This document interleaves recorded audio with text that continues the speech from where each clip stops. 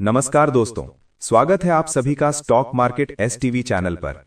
आज हम बात करने वाले हैं कल्याणी कास्ट टेक लिमिटेड के बारे में और इस वीडियो में हम कंपनी का fundamental analysis, balance sheet, profit and loss, share holding pattern और इसके बाद डेली और वीकली चार्ट पर टेक्निकल एनालिसिस विस्तार से समझेंगे। कल्याणी कास्ट टेक लिमिटेड एक इंडियन मैन्युफैक्चरिंग कंपनी है जो मुख्य रूप से ISO cargo container, special container और कास्टिंग से जुड़े प्रोडक्ट्स बनाती है। कंपनी की स्थापना 2012 में हुई थी और ये लॉजिस्टिक्स और कंटेनर इंडस्ट्री में काम करती है। कंपनी का बिजनेस मॉडल एक्सपोर्ट और डोमेस्टिक दोनों मार्केट पर आधारित है। अगर हम शेयर की मौजूदा कीमत की बात करें तो ये लगभग 479 रुपए के आसपास ट्रेड कर रहा है। कंपनी का मार्केट कैप करीब 341 करोड़ रुपए के बीच है।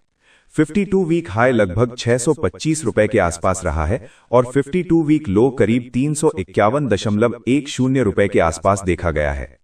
कंपनी का पीई रेशियो लगभग 21.8 के करीब है, जो ये दिखाता है कि स्टॉक ना तो बहुत ज्यादा ओवर वैल्यूड है और ना ही बहुत सस्ता है। बुक वैल्यू करीब 103 रुपए के आसपास है। आरओई लगभग 24.2% के आसपास है और आरओसीई करीब 29.6% के आसपास देखने को मिलता है, जो ये बताता है कि कंपनी अपने कैपिटल का काफी अच्छे तरीके से इस्तेमाल कर रही है। अगर प्रॉफिट एंड लॉस स्टेटमेंट देखें तो कंपनी की सेल्स में लगातार ग्रोथ देखने को मिली है। पिछले कुछ वर्षों में कंपनी की रेवेन्यू ग्रोथ लगभग 35 से 40% CAGR के आसपास रही है। लेटेस्ट फाइनेंशियल ईयर में कंपनी की टोटल इनकम लगभग 135 से 140 करोड़ रुपए के आसपास रही है। नेट प्रॉफिट करीब 13 से 15 करोड़ रुपए के बीच रहा है।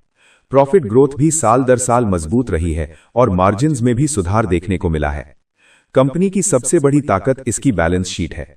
कंपनी लगभग पूरी तरह से डेट फ्री है या फिर बहुत ही नाम मात्र का कर्ज है। टोटल इक्विटी और रिजर्व्स लगातार बढ़ते जा रहे हैं। करंट रेशियो हेल्दी है, जिससे यह पता चलता है कि कंपनी की शॉर्ट टर्म फाइनेंशियल पोजीशन मजबूत है। कैश फ्लो भी पॉजिटिव है, जो लॉन्ग टर्म में कंपनी के लिए अच्छा संकेत है। अगर शेयर होल्डिंग पैटर्न की बात करें तो प्रमोटर्स के पास लगभग 59.47% के आसपास हिस्सेदारी है। पब्लिक शेयर होल्डिंग लगभग 40.04% के आसपास है। एफआईआईज और डीआईआईज की हिस्सेदारी फिलहाल बहुत ज्यादा नहीं है। प्रमोटर होल्डिंग स्टेबल है, कोई बड़ी गिरावट नहीं दिखती, जो कंपनी में प्रमोटर्स के भरोसे को दिखाता है। अब अगर फंडामेंटल कंडीशन को ओवरऑल देखा जाए तो कंपनी की ग्रोथ अच्छी है, आरओई और आरओसीई मजबूत हैं, कर्ज लगभग नहीं के बराबर है और प्रॉफिट लगातार बढ़ रहा है।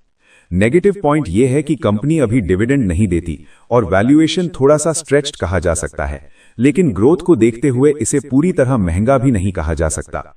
अब चलते हैं टेक्निकल एनालिसिस की तरफ। डेली टाइम फ्रेम पर अगर चार्ट देखा जाए तो स्टॉक फिलहाल कंसोलिडेशन फेज में नजर आ रहा है।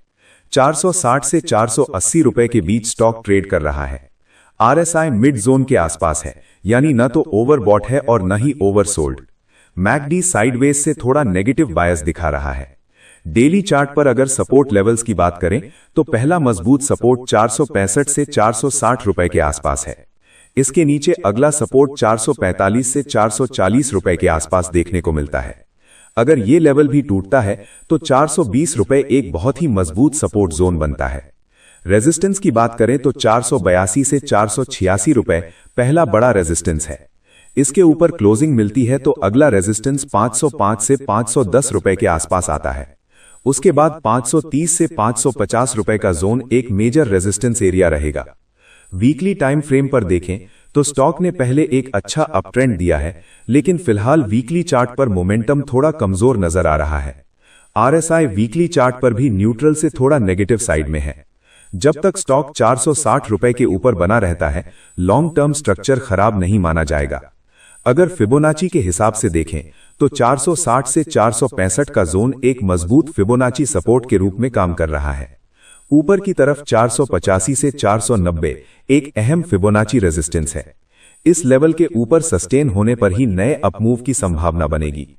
अब अगर ओपिनियन की बात करें तो जो निवेशक पहले से इस स्टॉक में इन्वेस्टेड हैं, उनके लिए 460 रुपए एक बहुत ही अहम लेवल है। जब तक स्टॉक इस लेवल के ऊपर है, होल्ड किया जा सकता है। अगर 445 के नीचे वीकली क्लोजिंग आती है तो आंशिक प्रॉफिट बुकिंग या स्टॉप लॉस पर विचार किया जा सकता है। जो नए निवेशक इस स्टॉक में एंट्री करना चाहते हैं उनके लिए सीधे मौजूदा लेवल पर एंट्री करना थोड़ा रिस्की हो सकता है।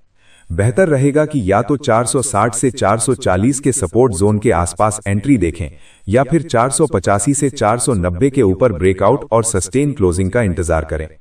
फंडामेंटल के हिसाब से कंपनी मजबूत है, लेकिन टेक्निकल चार्ट पर अभी कंफर्मेशन का इंतजार करना ज्यादा सुरक्षित रणनीति मानी जाएगी। अब वीडियो के अंत में एक जरूरी डिस्क्लेमर। इस वीडियो में दी गई सारी जानकारी केवल एजुकेशनल उद्देश्य के लिए है।